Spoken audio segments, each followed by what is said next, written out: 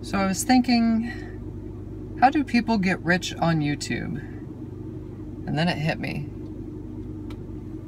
Video blogging.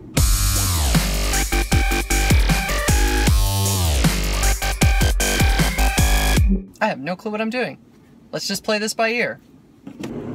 So, in reality, what I actually thought was, hey, my car just got impounded. Ah, crap, a red light. This morning I woke up and my work truck wasn't in my spot at my place. And lo and behold, it was towed because it's a company vehicle. Right now, I don't have a personal vehicle. All I have is a work vehicle, which is what I'm in right now. This is a Nissan NV200 with the markings on the outside for my company. I realized my car's gone. I called up the property management company.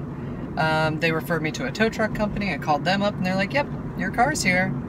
You're gonna have to come here and pay $185 because it's a company vehicle and the homeowners association doesn't want company vehicles in spots. So it says right here, no commercial vehicles. I don't know if you can see that, but yeah, it says right there.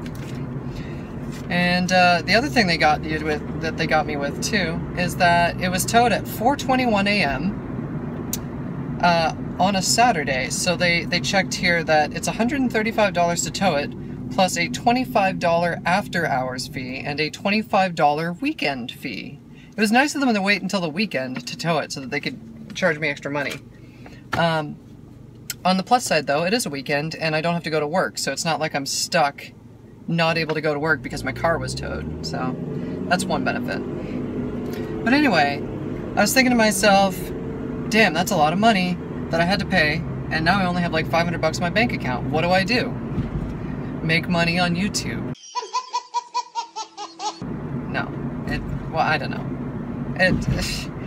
In reality, I've been looking for ways to kind of reach out and talk to my fans and to kind of interact with the audience that I have on YouTube, and I don't always have time for music and stuff like that because I have been working so much recently, and we just moved and we're setting up a new studio, and I'm hoping to be able to produce more stuff soon. But I was also looking for other ways to kind of just, interact and produce content. I've been watching a lot of video blogs recently from people like Officer 401 and FuzzFam, and I'm trying to think of other video bloggers that aren't police officers. No. But they, they have successful channels based off of these vlogs. And a lot of them, that was a stop sign. You're supposed to stop at that. A lot of them are making these car vlogs, which is great for me because I love driving. I absolutely love being in a car. It's like my happy place. But I figured, what the hell, I'll give it a shot and we'll see what comes of it. If I do start doing more video blogs or live streaming and stuff like that, what kind of stuff would you guys want to see? Do you want to see more music stuff? Do you want to see vlogs? Do you want to see live streams, live performances, music stuff, whatever. Let me know in the comments below. I'm getting good at this YouTube thing. Now I'm going to start saying like and subscribe at the end of everything. Don't forget to like and subscribe. Like and subscribe. Like and subscribe. The last time that I did video blogs was when I moved out to the country with my parents. And I decided to do a vlog about how I was adjusting to life in the country and the kind of stuff I was doing. And I did like this whole thing on like building a shed and all sorts of stuff. But I only shared it with like really close friends and family and stuff like that. I was like only 18 or 19 at the time, so it was like 10 years ago. But that was kind of fun to do, and hopefully like I can do stuff like this too. I guess you guys don't really know that much about my personal life because all you really know is Forrest Rain, the musical artist. So let me tell you about Forrest Rain, the real person. My name's not Forrest Rain, obviously. It's Jesse.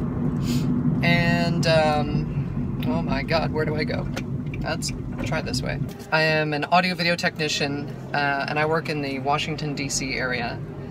I do residential and commercial automation systems and home theater. The kind of stuff that we do with my company is automating pretty much all the systems in your house. So if you want to control your HVAC, heating and cooling, your lighting, your media, your pool, you know, any of that kind of stuff, any systems that you have in your home, we will tie them all together and give you a nice app on your iPad. My job is pretty varied. I do everything from basic technician to programming, and you know, I'm helping oversee training of new people that are coming on and stuff like that. Really, I haven't been doing much of anything else lately. I've been working a lot, and we just moved into a new place a few weeks ago. And the new place has this nice big room that's great for a studio, and I'm hoping that I can maybe utilize that for some live streams and stuff. I'm looking forward to actually being able to use the studio space and getting inspiration from having this new space and producing some more music and, you know, whatever. The other thing I'd like to do by just kind of putting more content on my YouTube is I'm hoping maybe I can, you know, build up a little bit of money from this kind of thing so that I can, you know, afford to buy a personal vehicle so I'm not using my work truck. So, you know, if you have any comments on what kind of vehicle I should buy, leave them in the comments below. Thus far, I've been looking at Chevy Trailblazers. I wouldn't mind a Jeep Wrangler. That's the kind of thing that I'm into too. I've been mostly looking at SUVs, but I'm open to suggestions of any type. And if you say that, you know, I should buy a Lamborghini Huracan, then maybe you should donate a large amount of money so that I can do that, and then I'll do video blogs in them. And we'll drive all over the countryside, and we'll go all over in a Lamborghini. And that would be good times. I am totally down for that. If you want to buy me a Lamborghini Huracan, perfect. Actually, if you want to buy me any car, you know, just send it to care of Forest Rain. Excuse you. Juice of Champions. Oh, here. Go to Dunkin' Donuts today. Dunkin' Donuts. Did I say that all Canadian-like? Go to Dunkin' Donuts today. I'm not even looking at the camera. I gotta focus on how I actually do this. Go to Dunkin' Donuts today and get a small iced coffee for only $1.39 or whatever it is. It's probably like $5, I don't know. The official drink of Forest Rain. What else do I do? I'm trying to work on this concert idea called the Winter Moon Festival, which we've got the business stuff kind of ironed out for at this point, and we're still looking for venue spaces. And we've been looking in the Washington, D.C. area as well as the Chicago, Illinois area. I would like to start like a Kickstarter or Indiegogo for it soon. So that we can raise some money to see what we can do in terms of a concert. But ultimately, the biggest thing that we want to do with the Winter Moon Festival is provide the absolute best concert experience for both the viewers and the musicians. I found a lot of times with these big conventions that sometimes things get lost or people get lost and things just don't happen. Really, the biggest motivating factor for me was BRONYCON 2014. I had raised a bunch of money on my Kickstarter or Indiegogo or whatever it was in order to simply get there, and then I, for whatever reason, be it that, you know, there was just poor communication or poor time management or something, didn't get a sound check. Didn't get a sound check. My drummer didn't get to use his kit that he brought. That was way better than the kit they provided. In fact, the kit that they provided was so crappy that he destroyed one of the drums. Yeah, it was not a good experience. Before I had gone on stage, I was standing backstage next to Woody, and I just remember just being like, this is gonna be a giant shit show. And I just was not happy. And, you know, if you don't know, a sound check is where musicians and the technicians running the show spend time figuring out what your levels are going to be while playing, like the levels of each instrument, what kind of monitoring you get, what each musician on stage hears in their monitors. And it's very important because when we're on stage, it's actually really hard to hear ourselves. The speakers are all pointing that way towards the audience. And we have monitor speakers on stage that are pointing back at us. But, you know, when we got out there and started playing, there was zero. There was nothing in our monitors. And it was just absolutely terrible. It's the worst feeling that you can have, being an artist on stage and not being able to hear yourself. And, you know, trying to sing and trying to stay on key with music that you can't hear is just, it's impossible. So, while I think of it, I should probably talk about my BRONYCON experience from this year. And my BRONYCON experience wasn't too bad. I performed with Cyril the Wolf on stage, and that was pretty cool. Except for, I had to work all week because we just didn't have enough money for me to take a day off. I was coming up on Saturday, and I arrived on Saturday at about 1 o'clock, which was way later than I wanted to arrive. I was getting out of the car, and Winchester was helping me unload stuff, and I was going to go practice with, you know, Cyril and his gang. The Baconeers is Cyril's gang. Anyway, went to unload the truck and realized I had forgotten both keyboards. I had loaded everything else except the keyboards because I am a smart. None of the music stores in the area accepted or would rent MIDI controllers. I basically weighed the options. I could rent 2 full-size keyboards for like $160 or something like that. I'm like, no,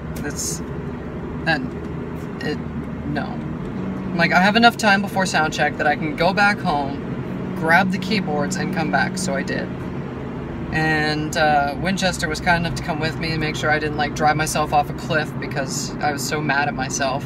I just could not believe that I forgot the keyboards of all things. So went back home, grabbed the keyboards, came back to BRONYCON. Friggin', I don't remember how much time it was. 3.5 hours to do that. I got back just in time for sound check, and I was just shaking. Like, I stopped off at Subway and grabbed a sub so that I wouldn't pass out. Got back just in time for sound check, set everything up, had sound check. It was pretty good. Had enough time between sound check and our performance to go back up to the hotel and just kind of chill out for like an hour. And did that, chilled out, got ready, came back down. And the funny thing about what I was wearing for that was I was wearing this sort of German-inspired shirt with like lots of lace in the front. And I got backstage and Cyril just started laughing, and he's like, I'm gonna have such a hard time trying not to introduce you as, and here's Forest Rain, looking like a dominatrix. And I told him he should have, and he's like, I can't do it. I can't do it. BRONYCON is a family-friendly event, Forest Rain. What's wrong with dominatrixes? Can we not introduce My Little Pony fans to dominatrixes?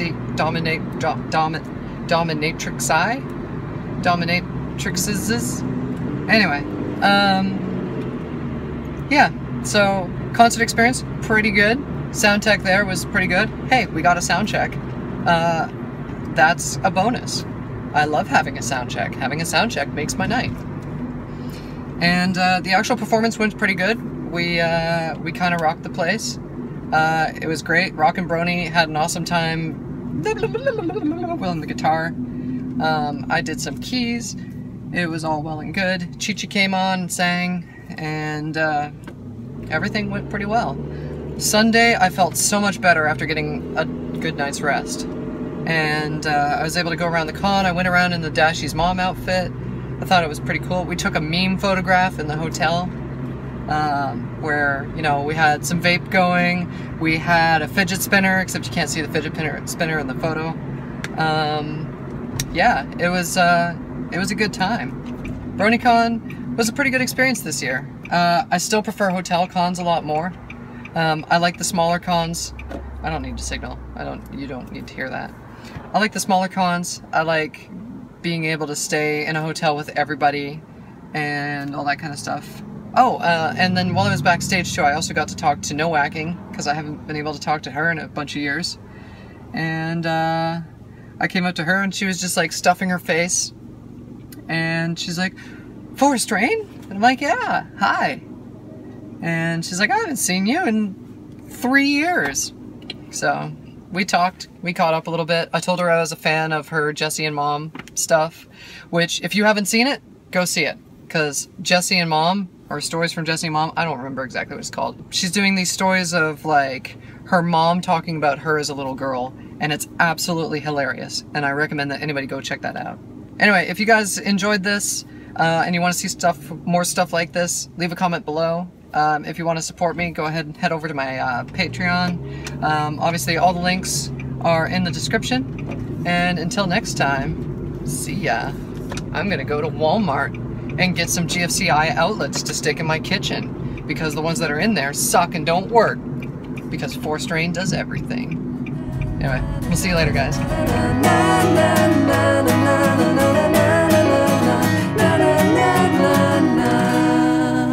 This is awful. I'm so awful at actually saying things. I'm just like...